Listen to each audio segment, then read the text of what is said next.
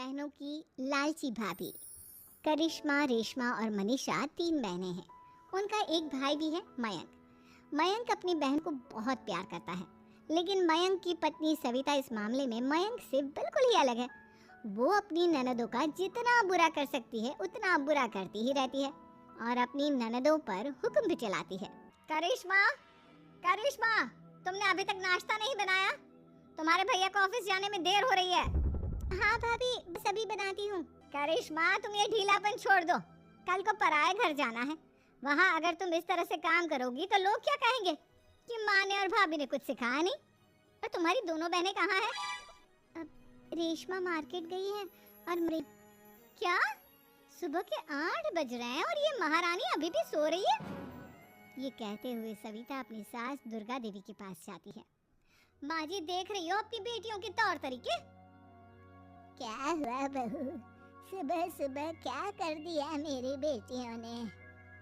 अरे एक तो अभी अभी उठकर किचन में गई है, दूसरी सुबह सुबह बाहर चली गई और तीसरी अभी तक सो रही है। क्या करूं मैं इन तीनों का, मैं तो परेशान हो गई हूँ। जा जाकर उठा उसे और रेशमा से मैं बात करती हूँ। सविता सीधा मनीषा के कमरे में जाती है और उससे कहती है, महारानी जल्दी उठो, सूरज सर पर आ गया है। भाभी थोड़ी देर और सोने दो ना, मैं रात को लेट सोई थी। वो क्या है ना, यूनिट टेस्ट चल रहे हैं। शराफत से उठती है या नहीं, या फिर पानी बाल्टी डालूं तेरे ऊपर? नहीं नहीं भाभी, मुझे बिस्तर में नहीं नहाना, उठती हूँ मैं। मनीषा जल्दी से उठकर बाथरूम में चली जाती है। सभी आराम से बैठकर नाश्ता कर रहे होते कि तभी रेशमा बाजार से हाथ में सामान लिए आ जाती है। रेशमा को देखते ही सविता उस पर बरस पड़ती है। लो, आ गई महारानी। ऐसा भी क्या सामान लाना था जो सुबह आंख मलते ही बाजार की तरफ रवाना हो गई? भाभी, कल आप ही तो चीख रही थी कि घर का सारा सामान मुझे ही लाना पड़ता है, घर में किसी को भी किसी काम से कोई लेना देना नहीं है। अब मैं बाजार जाकर सामान ले आई तो आपको इस बात से भी तकलीफ हो रही है? देख रही हो माँ जी, अपनी बेटी की जुबान कैंची से भी तेज चलती है। और मयंक, आप तो कुछ कहेंगे नहीं अपनी लाडली बहन को। रेशमा, अपनी भाभी से ऐसे बात नहीं करते, चलो माफी मांगो। भैया, मैं क्यों माफी मांगू? आप भाभी से बोलिए ना कि हम पर कम हुक्म चलाया करे। हम इस घर की बेटियां हैं और आपकी पत्नी की ननद है, नौकरानी नहीं। लो कर लो बात, इनकी भलाई के लिए कुछ भी बोलो तो इन्हें बुरा लग जाता है। इस घर में यही इज्जत है मेरी। देख लो माँ जी, आपकी बेटी किस लहजे में मुझसे बात कर रही है। सविता वहाँ से जाती है। मयंक को बहुत गुस्सा आता है, वो भी वहाँ से चला जाता है। फिर करिश्मा रेशमा को समझाती है, रेशमा, तुम्हें भाभी से माफी मांग लेनी चाहिए थी ना। लेकिन दीदी, मैंने कुछ किया ही नहीं, तो मैं माफी क्यों मांगू? हाँ करिश्मा दीदी, रेशमा दीदी जैसे ही घर में आई भाभी ही उन पर चिल्ला रही थी। हाँ, मैं मानती हूँ कि गलती भाभी की थी। मैं तो इसलिए बोल रही हूँ कि भाभी ने माँ को तो पूरी तरह अपने वश में कर लिया है। वो हमारी बात सुनती ही नहीं। मयंक भैया हमारे लिए हमेशा खड़े रहते हैं, इसलिए उनकी बात का मान तो तुम्हें रखना चाहिए था ना। कोई फायदा नहीं दीदी, कुछ दिनों की बात और है, भाभी उन्हें भी हमारे खिलाफ भड़का देंगी। फिर वो भी माँ की तरह हमारी किसी बात का विश्वास नहीं करेंगे। इसी तरह सविता अपनी तीनों ननदों को किसी न किसी बात पर परेशान करती रहती थी। एक दिन मयंक अपनी तीनों बहनों के लिए गिफ्ट लाया। क्या रेशमा, ये तुम्हारे लिए हार का सेट। रेशमा, तुम्हारे लिए सुंदर सी ड्रेस। और मनीषा, तुम्हें किताबें पसंद है ना, तुम्हारे लिए किताबें लाया हूँ। भैया, थैंक यू भैया। थैंक यू भैया। करिश्मा, तुम्हारा नेकलेस कितना सुंदर है, ये भैया कहाँ से ले आए होंगे? मैंने भैया को 3 दिन पहले फोन पर ये डिजाइन दिखाया था और आज भैया ये ले आए। सविता तो अपनी ननदों के गिफ्ट्स देखकर जल गई और करिश्मा का नेकलेस तो उसे भी बहुत पसंद आया था। अपनी बहनों के लिए कितना अच्छा नेकलेस लेकर आए हैं, मुझे कभी कोई गिफ्ट नहीं दिया। मैं आज ही ये हार चुरा लूंगी। रात में सविता करिश्मा हार चुरा लेती है और इसी तरह उसे अपनी ननदों की जो भी चीज अच्छी लगती वो उसे मांगती नहीं, बल्कि रात के अंधेरे में चुरा लेती। इसी तरह दिन बीतते गए और सविता ने मयंक के दिल में भी उसकी बहनों के लिए नफरत पैदा कर दी। एक दिन मयंक ने करिश्मा और रेशमा के लिए रिश्ता देखा और ये बात उसने घर में सबको बताई। माँ, करिश्मा और रेशमा के लिए बहुत अच्छा रिश्ता आया है, वो लोग कल इन्हें देखने आ रहे हैं, आप पिता मिलकर सारी तैयारी कर लेना। ये सुनकर करिश्मा और रेशमा खुश हो जाती हैं, लेकिन सविता सोचती है, अगर इन दोनों बहनों की शादी हो गई तो घर और बाहर का करेगा। मनीषा तो एक नंबर की कामचोर है, उससे तो किसी बात की उम्मीद लगाना ही बेकार है। मुझे इस शादी को रोकना होगा। अगले दिन सभी लड़के वालों के स्वागत की तैयारी करने में लगे होते हैं। तभी मयंक अपनी बहनों से आकर कहता है, तैयार हो गई तुम दोनों? देखो दोनों लड़के बहुत अच्छे हैं, मैं कोई कसर नहीं छोड़ना चाहता, इसलिए तुम उनके सामने अच्छे से बिहेव करना और अपनी भाभी से लड़ने मत लग जाना। करिश्मा, तुम वो नेकलेस पहन लो ना जो मैं तुम्हारे लिए लाया था। भैया मैं बहुत देर से वो नेकलेस ढूंढ रही हूँ, लेकिन मुझे मिल ही नहीं रहा। क्या तुम नेकलेस खो दिया? तुम्हें पता भी है वो कितना महंगा था?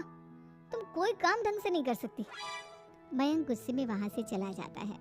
थोड़ी देर बाद लड़के वाले भी आ जाते हैं। वो दोनों बहनों को पसंद कर लेते हैं और रिश्ता पक्का हो जाता है। लेकिन सविता के दिमाग में तो कुछ और ही खिचड़ी पक रही थी।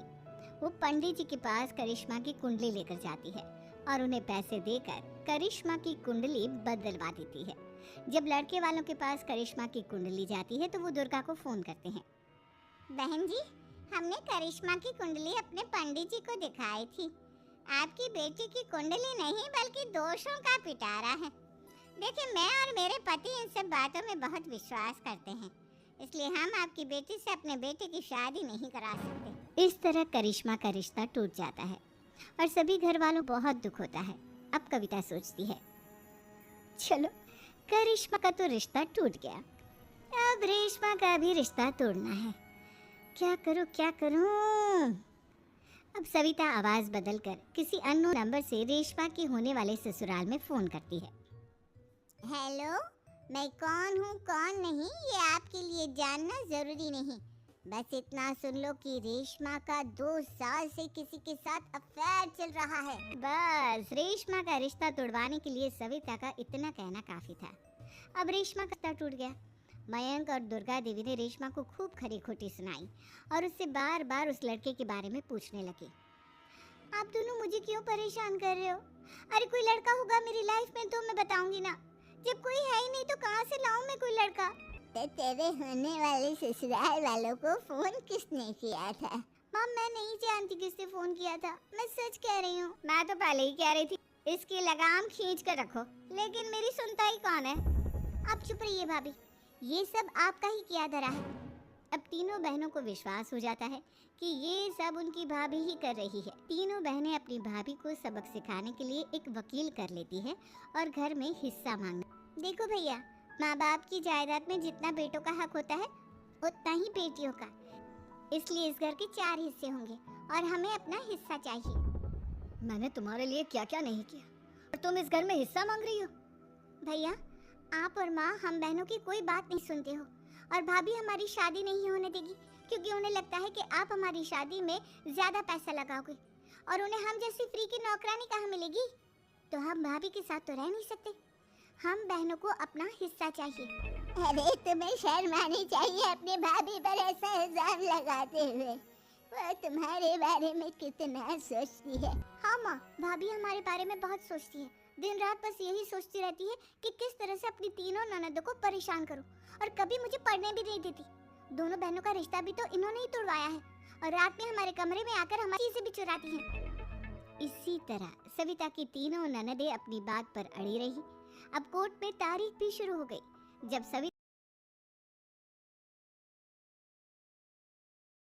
जब सविता को लगा कि उसकी तीनों ननद इतनी आसानी से नहीं मानने वाली, तो उसने अपने पति और सास को सारी सच्चाई बता दी और अपनी तीनों ननद से माफी मांगी। मयंक और दुर्गा को भी अपनी गलती का एहसास हो गया। अब सविता खुद करिश्मा और रेशमा के लिए अच्छा रिश्ता ढूंढती है और उनकी शादी करवाती है।